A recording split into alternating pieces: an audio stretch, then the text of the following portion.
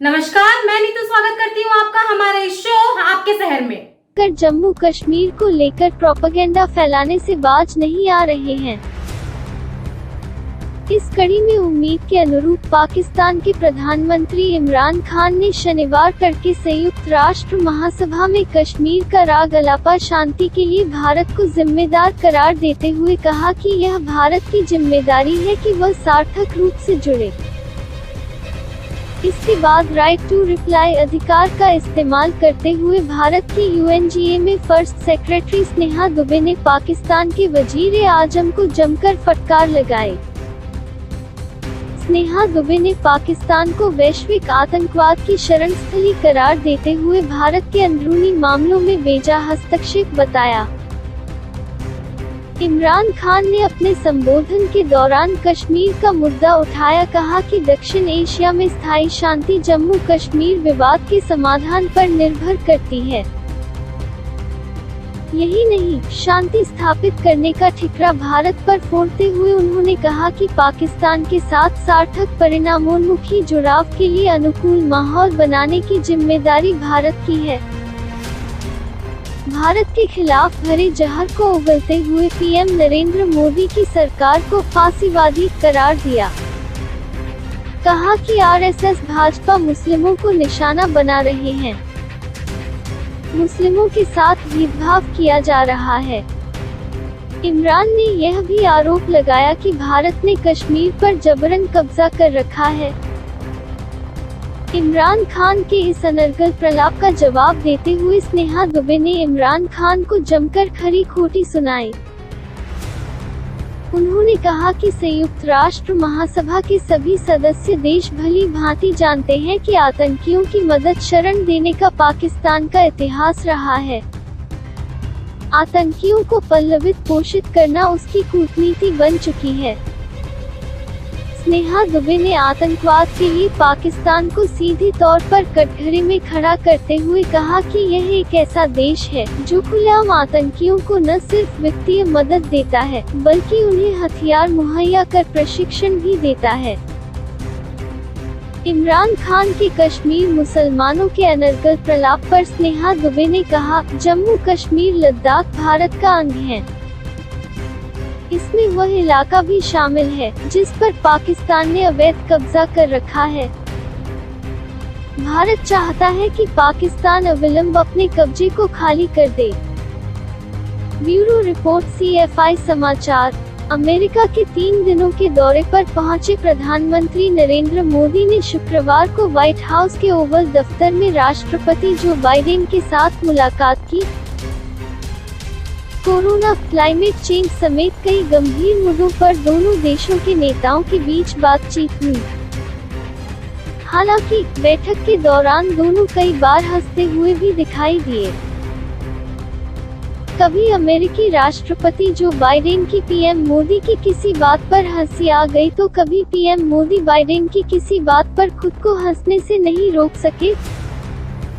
PM Modi और Joe Biden के साथ बैठक के दौरान कई बार हल्के फुल्के अंदाज में भी बात हुई। इस बैठक में जो बाइडेन के सरनेम वालों की भी चर्चा हुई।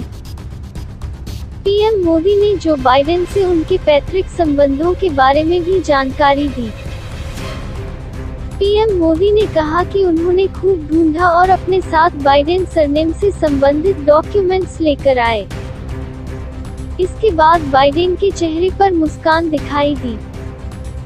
वहीं बाइडेन के पूर्वजों का जिक्र करते हुए पीएम मोदी ने कहा, आपने भारत में बाइडेन सरनेम के बारे में विस्तार से बात की है और आपने मुझे पहले भी इसका जिक्र किया है। मैंने दस्तावेजों की तलाश की और आज मैं इसे आगे बढ़ाने के लिए कुछ दस्तावेज साथ लाया हूँ।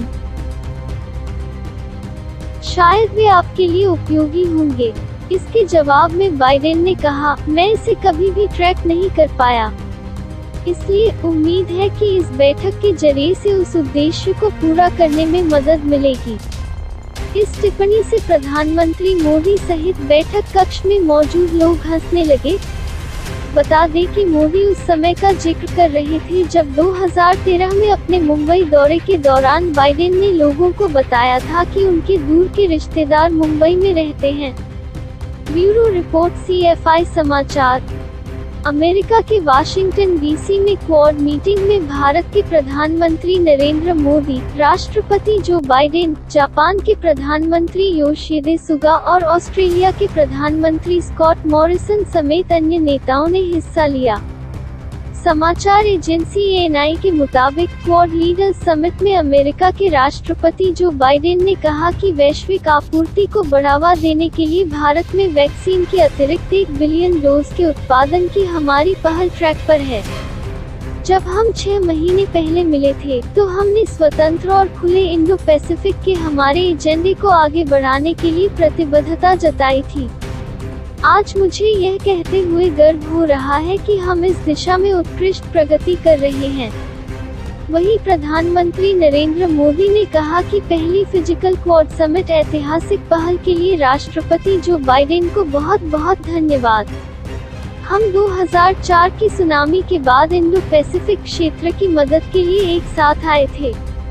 आज जब विश्व कोविड महामारी का सामना कर रहा है तो हम एक बार फिर क्वाड के रूप में एक साथ मिलकर मानवता के हित में जुटे हैं। हमारा quad vaccine initiative Indo Pacific देशों की बड़ी मदद करेगा।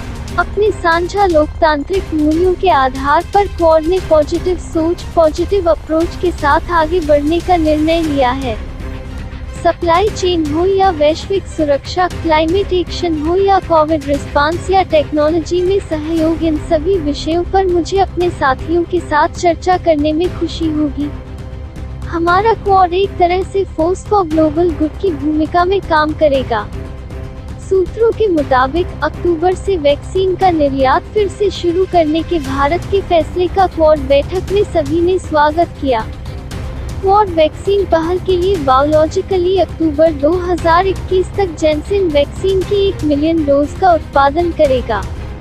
भारत इस पहली खेप की 50% फाइनेंसिंग करेगा। ब्यूरो रिपोर्ट CFI समाचार।